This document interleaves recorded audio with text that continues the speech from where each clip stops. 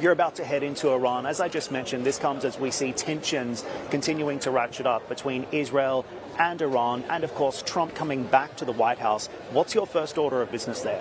The first order of business is to engage with the government. I am expecting to see the new president, Pezeshkian, the foreign minister with whom I had a conversation already in New York.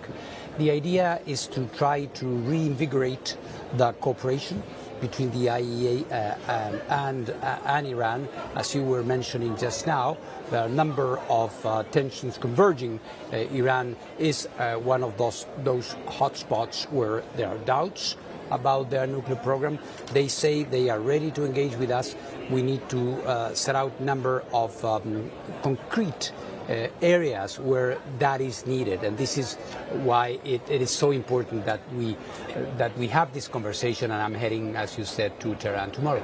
The question I have, though, is why is now the right time, particularly as we see this transition now underway in the United States? We still don't really know how incoming President Donald Trump is going to approach the Iran nuclear file, whether or not he's going to be using sanctions, whether or not he's really going to be taking up again the maximum pressure approach that we saw previously. So why now? We can't stop. We can't really, I mean, from the perspective of the IAEA, we can't wait until certain things happen in Washington, or because as we do that, the problems that we are trying to address get bigger.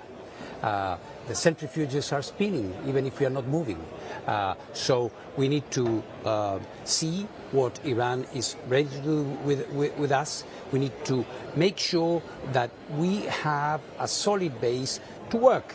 And I'm sure this would be welcome in Washington as well, because before setting a course, the new administration needs to have an idea, a real idea, not a commentary or an analysis from abroad.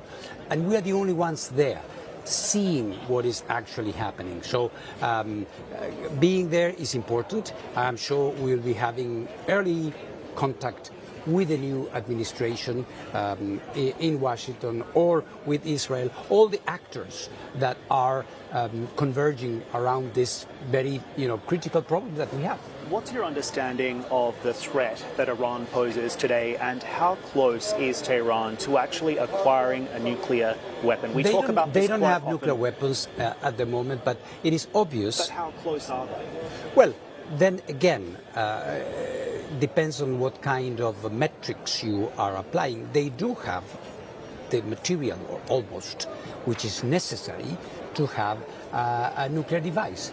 But of course, having the material is not having the entire engine.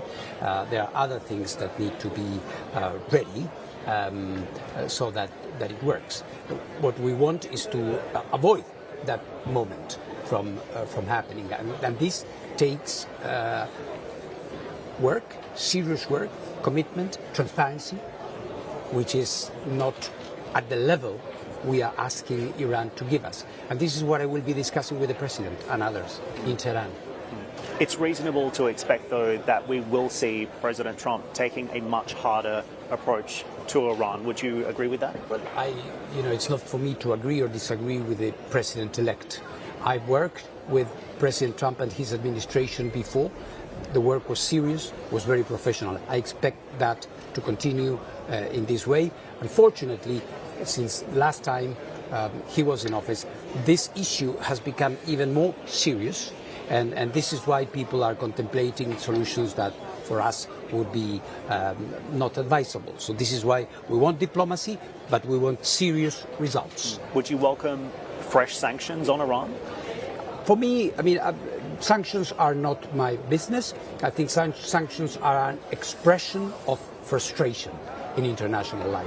What we want is to take away this frustration, to show that there is real cooperation. I think it's in the interest of Iran in the first place to cooperate with us so that they can be back to normal.